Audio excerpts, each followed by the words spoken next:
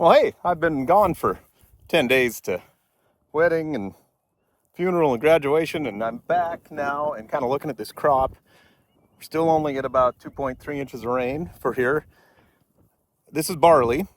It actually is holding up better than I would have thought it should be at this point, but it is going to get hot this week. But I was just going to kind of walk you through what I would look at out here. And so if I pull these plants up, just like on the winter wheat, you can see these bottom leaves. They're starting to flash off, but this plant is still relatively healthy actually for the little bit of rain that we've got. So I'm happy with that part, especially since we've only put no starter fertilizer. This had just a gallon of bacteria because we could see it was going to be dry. So a gallon of that through the drill, and a gallon of UAN with the crop spray, and a pint of micro stuff. So all in, we're probably looking at, with the seed and everything, maybe under, rough guess, 35 bucks an acre of inputs total into this crop. You can see it's stooled out pretty well.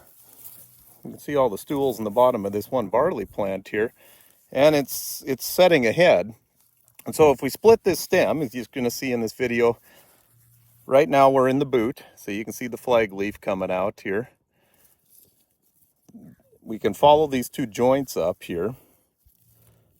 So there's one there, there'll be another joint up the stem here. And when we get above that joint, if we peel this stem open, we're going to find a little head that's forming in there. And I just did one of those, as you'll see in this video. See, I'm going to peel this stem open. You'll see it and be able to count kind of the kernels. But all in all, the head formation looks really pretty good out in this stuff. So there is certainly hilltops and stuff that are starting to yellow, burn off worse than this. This is kind of a hilltop, but not an extreme on this field. So I wanted to stop on this point and just show you guys, first off, the snow catch, and we obviously had some water retention from that, from this stubble. This is recrop barley on barley. So usually kind of one of the first things to fail. We don't really have any barley on pulse crops this year. So a lot of it's barley on barley like this. The plant looks healthy, but we're starting to run out of steam, and it doesn't look too good for the next 10 days. But the good news is this is going to grow up quite a bit more. You can see we've got quite a bit of green in this plant. So we'll get stubble comparable, maybe not as good as last year, but at least pretty good, so that we'll be able to retain some stubble. And that's about all we can hope for in this drought. So I know I was just drove by Shelby. They have less rain there.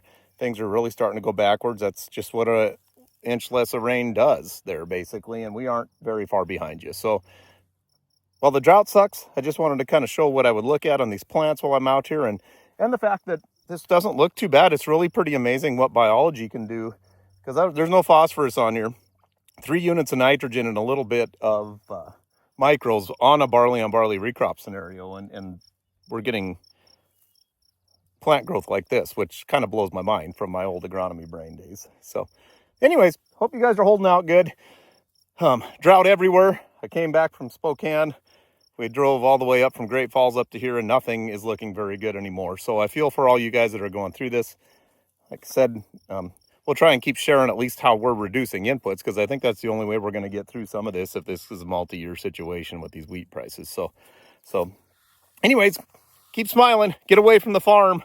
There's no sense hanging around watching stuff burn up, that's for sure. That doesn't do any good for your mental health. So if you can get away, go to the lake or something, and talk to you guys later.